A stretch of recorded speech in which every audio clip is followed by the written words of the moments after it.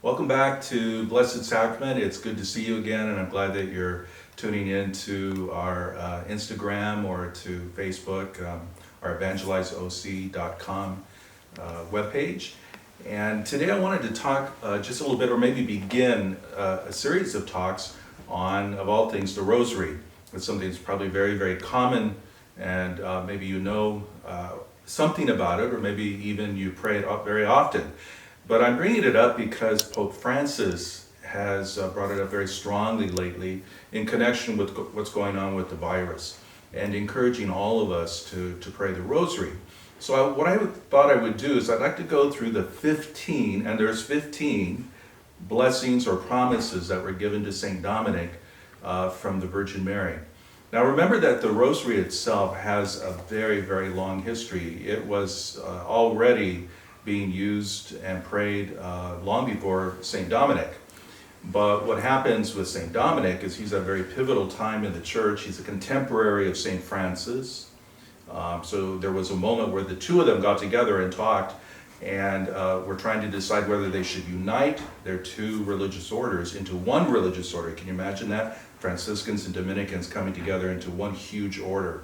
But they decided that the goals that they had were a little bit different. Francis very, very on fire for simplicity and poverty and with the poor, and Dominic very, very on fire with education and theology and the grace that comes from knowing God and exploring God. So they kept to their religious orders, but they all, both of them were very, very involved in how do we build up the church? How do we create again, or rediscover again, that's probably a better word, how do we rediscover the holiness, the goodness, and the power of what Jesus left behind when he gave Peter the rock, the church, and that we all enjoy and love today.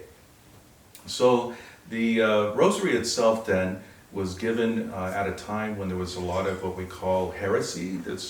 So a lot of teaching or a lot of movements, many people, groups that were very involved in the life of the church. They were Catholics most of the time. And then there was something missing, or something that was off in their teaching, enough that it distorted the teaching and it really became an obstacle instead of a blessing. And so Dominic, like Francis, used to say, in order to bring back those people that have gone astray, gone into other movements or even outside of the Catholic Church, to bring them back, it's not enough to have the right answers, but you have to have the holiness. That was the key for both of them. You had to have the holiness, you had to have the witness, you had to have that beautiful first impression that's given when people come upon people that are holy. And I want to segue into this for a moment because Pope Francis has made this a very, very big issue, and it is important. It's why I'm the Director of Evangelization and Faith Formation for the Diocese of Orange, is that it's not enough to impart knowledge. We have to do that. It has to be orthodox, it has to be true, it has to be along the lines of the tradition of the church, of course. But that's not enough. There has to be also the witness and the holiness. And so as teachers, we have to be missionary disciples, and we create missionary disciples. If the word is true, and if I am proclaiming the word in its power, then the Holy Spirit is going to use that to start the fire of faith in your heart. And then you are going to become a missionary disciple. You're the one that's going to take the next step to reach someone else and to help someone else. So I want to do that with the Rosary. And I want us to look at what's given to Dominic. He died in the year, 1221. And for about 100 years or so, that Rosary was a very important part of the life of the church in general. And then guess what? It disappeared. It really sort of fell apart. The whole experiment of Dominic sort of got lost. And it was Blessed Alan in the 15th century who, through some beautiful spiritual and mystical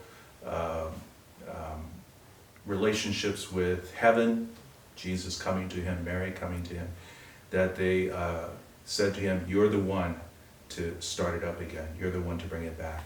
And so he's the one that established again the importance of the Rosary in the life of the Catholic. And to this day, thank God, we have stayed pretty loyal and pretty connected to this prayer form. So the next few talks that we're going to have, I hope this will interest you enough. We're going to go through a couple of those blessings or promises from the Virgin Mary to St. Dominic, 2 at a time or so, and just talk about what that means today. They're kind of exciting, I think. It's kind of beautiful to see what the Lord granted through Mary to Dominic for us in the simple prayer that we call the Rosary.